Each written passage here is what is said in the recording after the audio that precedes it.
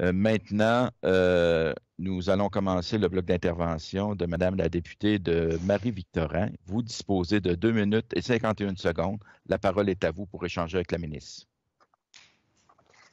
Merci, Monsieur le Président. Madame la ministre, lors de la séance virtuelle de cette semaine avec la ministre responsable des aînés, on a appris que ce sont les CIUS et les CIS qui seraient apparemment responsables de transmettre les données sur l'état de situation de la COVID dans les différents CHSLD du Québec à votre ministère.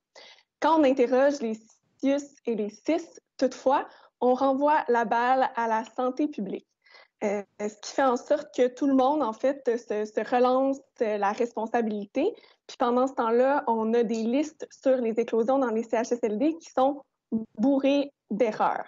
Donc, ma question, c'est comment est-ce que vous et le premier ministre pouvez prendre les bonnes décisions si vous ne disposez pas des portraits qui sont fidèles de la réalité? Et pouvez-vous nous dire clairement qui est responsable de faire remonter l'information jusqu'à vous?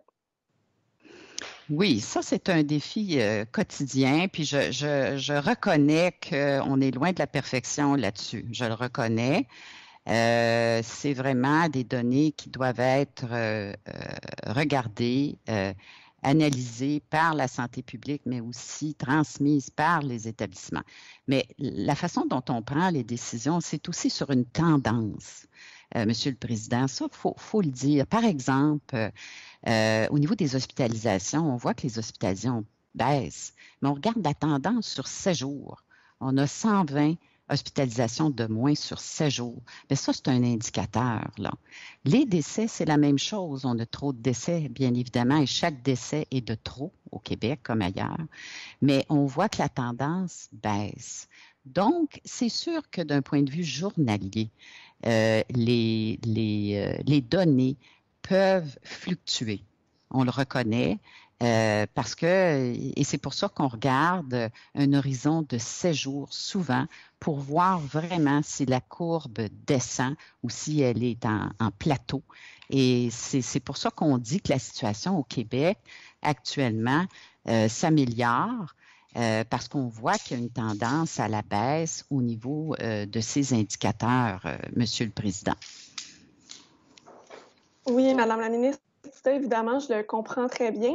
Par contre, quand on regarde de façon plus particulière la situation de certains CHSLD, si on n'a pas les bonnes informations par rapport au nombre de décès, par exemple, qui seraient survenus dans les 2-3 derniers jours, eh bien, il me semble que votre ministère n'a pas les ressources nécessaires pour prendre la décision, par exemple, d'envoyer davantage de personnel dans ce CHSLD-là. Donc, il me semble que cette problématique de transfert des données peut faire en sorte d'avoir davantage, justement, de problèmes dans certains CHSLD parce que l'aide ne vient pas à temps. Madame la ministre, je ne pourrais pas vous donner la parole pour répondre, mais je suis sûr que vous en avez pris très bonne note et que vous pourrez communiquer avec la députée de Marie-Victorin.